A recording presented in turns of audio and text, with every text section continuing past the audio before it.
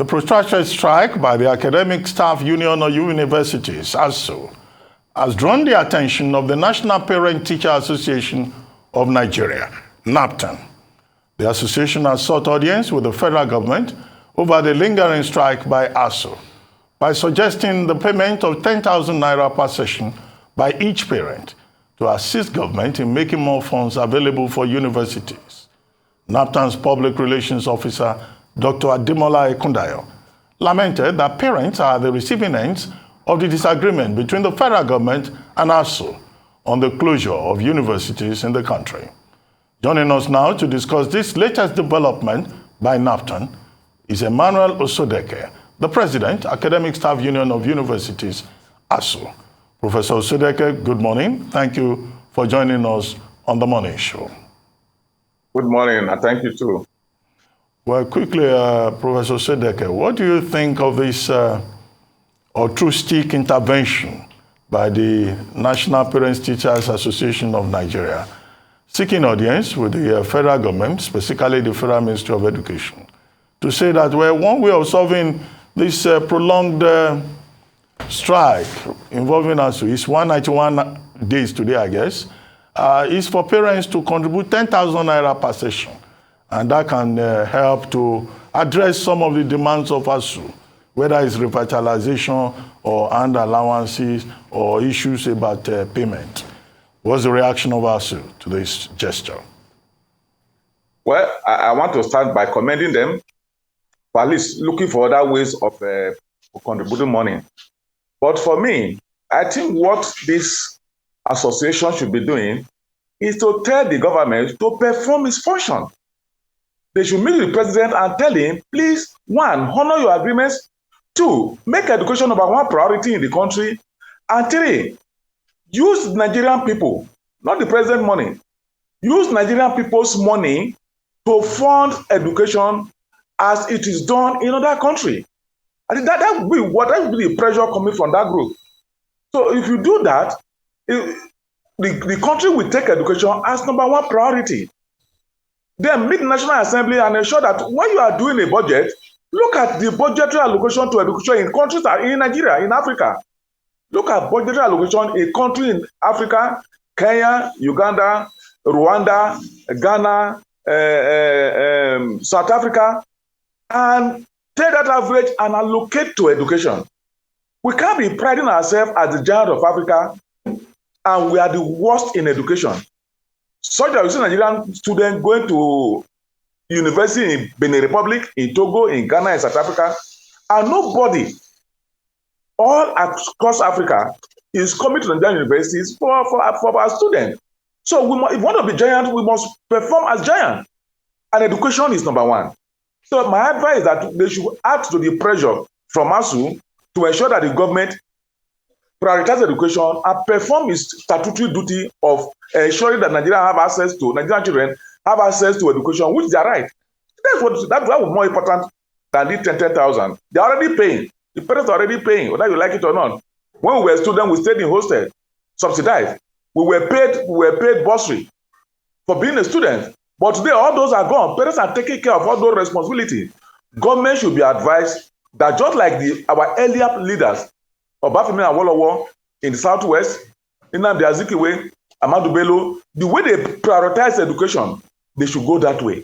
The first set of education of University in Nigeria were built by these people, well funded, with hostels, with staff quarters, no academic staff. They stayed outside the university, they stayed in staff quarters, built by these people.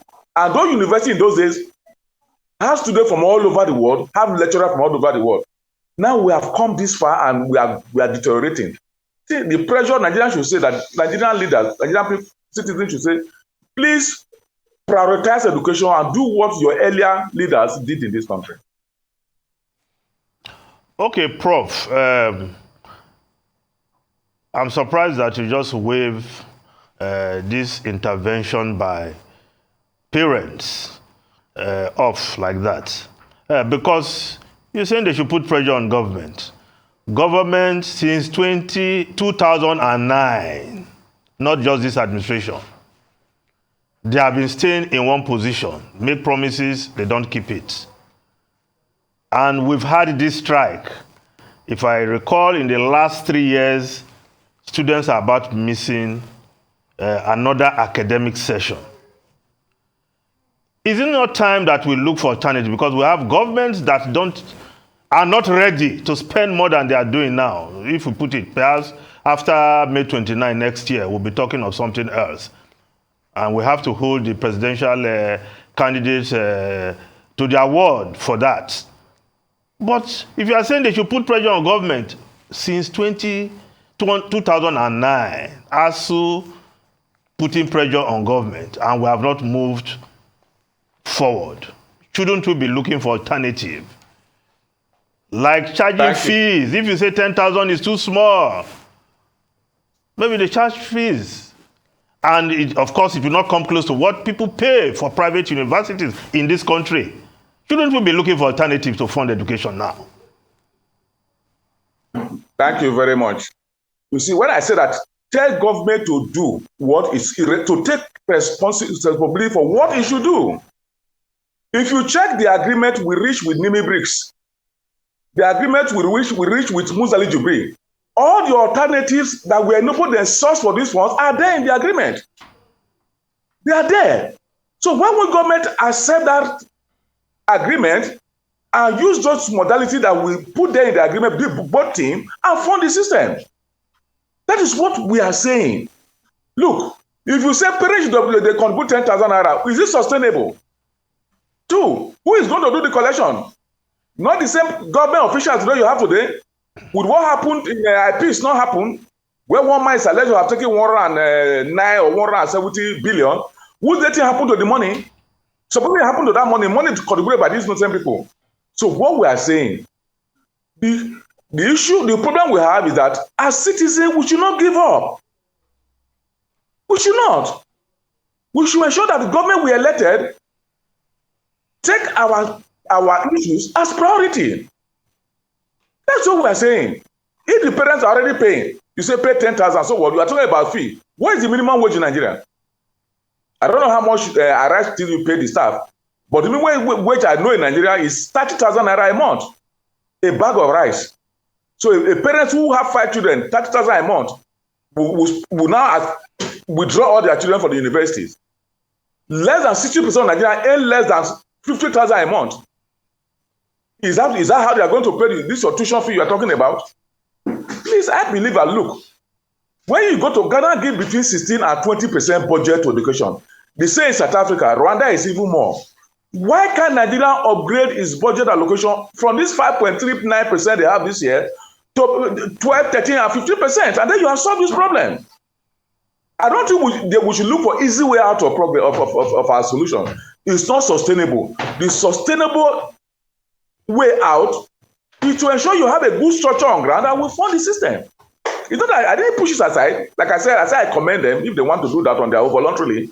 But that is not the solution to this. Is that what is done in South Africa? Is that what is done in Ghana? What is the minimum wage in those countries? Please let us tell the government to do the appropriate thing. What we are asking for in this thing for revitalization is less than what they have just released for feeding children in school. Go and check. They released 200 billion naira for feeding children in school. They released 400 billion naira for trader money. Only one man took 170 billion. So that is the issue. This one. All right, Professor Osodeke, industrial action in Nigerian universities is an age-long problem, is as constant as the rains can be. Are you of the view that this current strike you are on will solve the problems in the tertiary education? Is that what you're saying? If not, what would give for you to go back to the classrooms and the students return to being taught? Thank you. If you check all the tertiary education in the world, UK, Ghana, all over, South Africa, what we are doing is done in those countries. While we started this strike, lecturers in many universities in UK went on strike. The difference we have that in those countries, because they love education, they love their citizens, when the workers go on strike, they quickly intercede and resolve it. That is the difference. When you check the number of strikes, lecturers in Nigeria have gone on strike. is not less than the number of strikes lecturers in UK have gone on strike.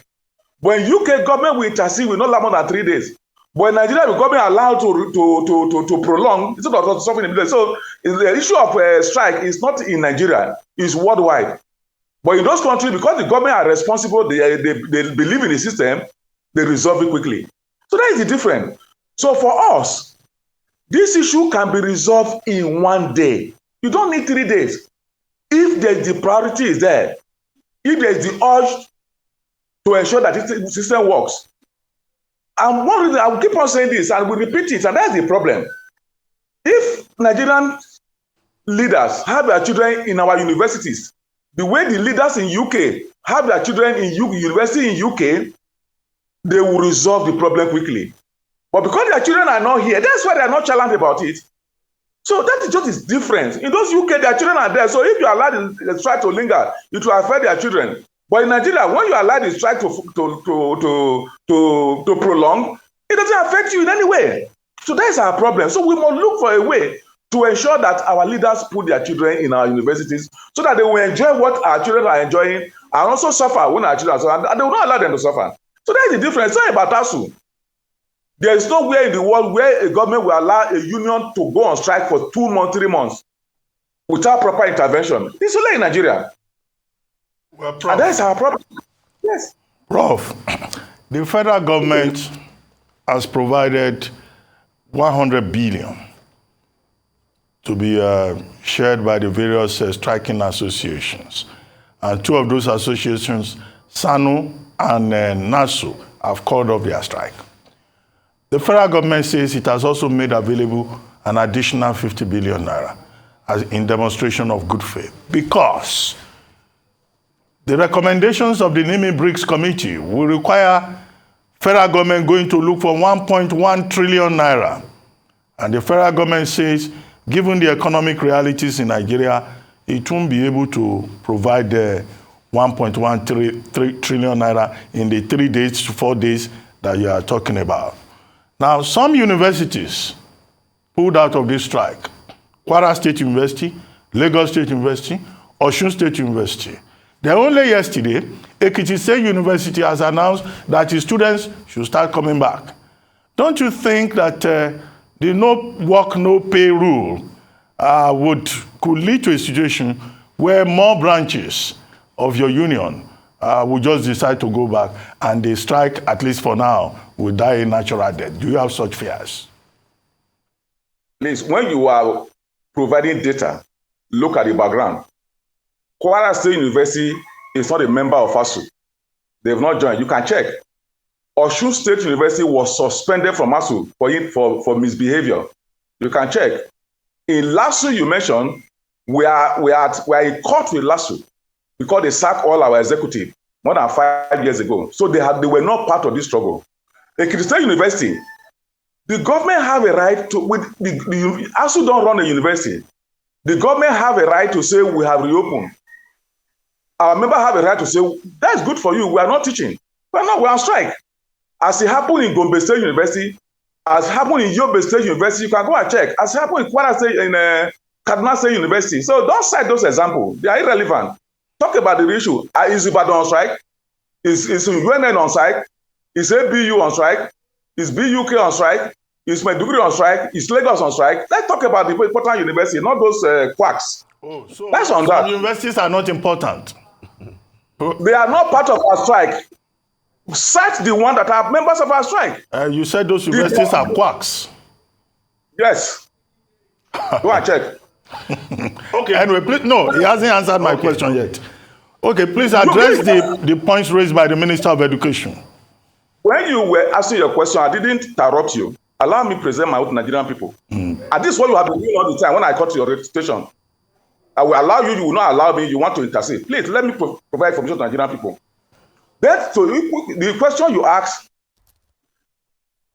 in 2014, this government, federal government said they were going to release 200 billion every year over 6 years to revitalize the university. Sign, we have MOA. In 2019, we met with the government. They said they were going to reduce one tranche, which is 200 billion in 2019. In 2020, we met with government. They agreed they're going to release this 50 billion you talked about was to be released in 2020. It was not released. When we met recently with the Nimi BRICS, we had an agreement. It was not implemented. So if you have a government with this history, and they went to the social media to say, and the media to say, we are going to give 100 million. We are going to give 50 million. Have you seen evidence of that money being released? So if you have that history of deceiving the union to call us strike, on what basis should we trust such a government? So if the government believe that they have that money, they should tell you where it was put. If they have that money, they should show evidence that that money has been released, or they actually have approved it for release.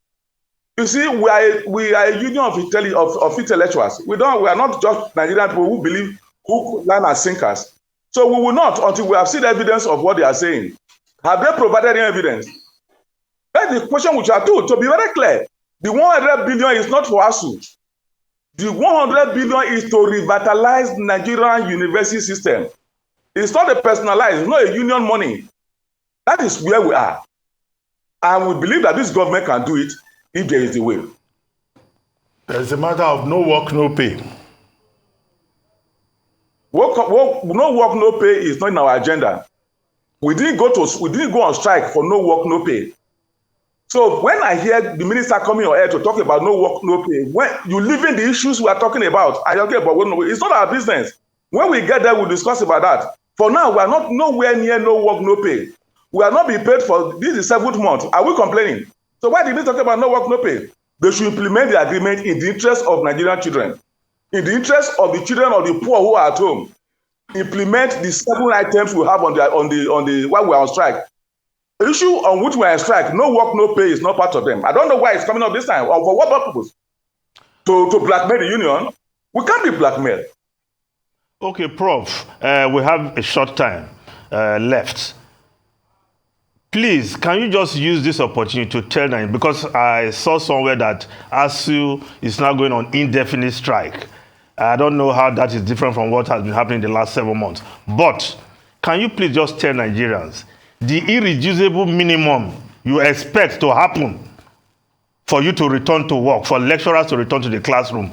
Item 1, 2, 3, 4. Please, can you just list that so that Nigerians, the government, everybody can hear you now? The irreducible minimum that will happen for you to go back to classroom. Look, you've heard of collective bargaining.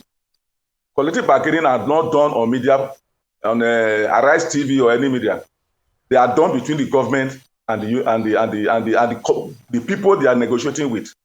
So we met. They gave us offer, which we accepted, and they went back and changed it. They should come back if they have anything. So for now, the issues with the government. We met with them. They gave us a proposal, and we decided to accept that offer 100%. I have the documentation. Accepted 100%, and then they went back. A group went to tell us that they were going to give us 180% pay increase. We are asking for 1.2 trillion. If you watch out 3 days ago, the Nimi BRICS committee had debunked all those things. The government team had debunked all those things about 1.2 trillion, that they are all lies.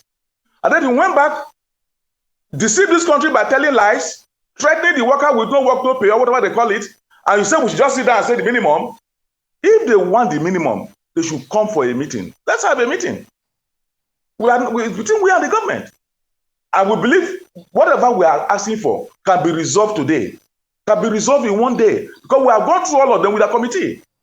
The source of funding is the procedure in the system, setting the panel every 5 years to look at corruption if there is in the system, but they are not doing any one of them. So what do? We should give. How would the students that were kept at home in the past 7 months look at us if we come back with zero, with nothing about their hostels, nothing about their classroom, nothing about laboratories? We'll now go back and they will clap for us. Well, we are fighting. On that note, Prof. On that note, Prof, we'd like to thank you very much for joining us on the morning show. Thank you, Professor Osodeke.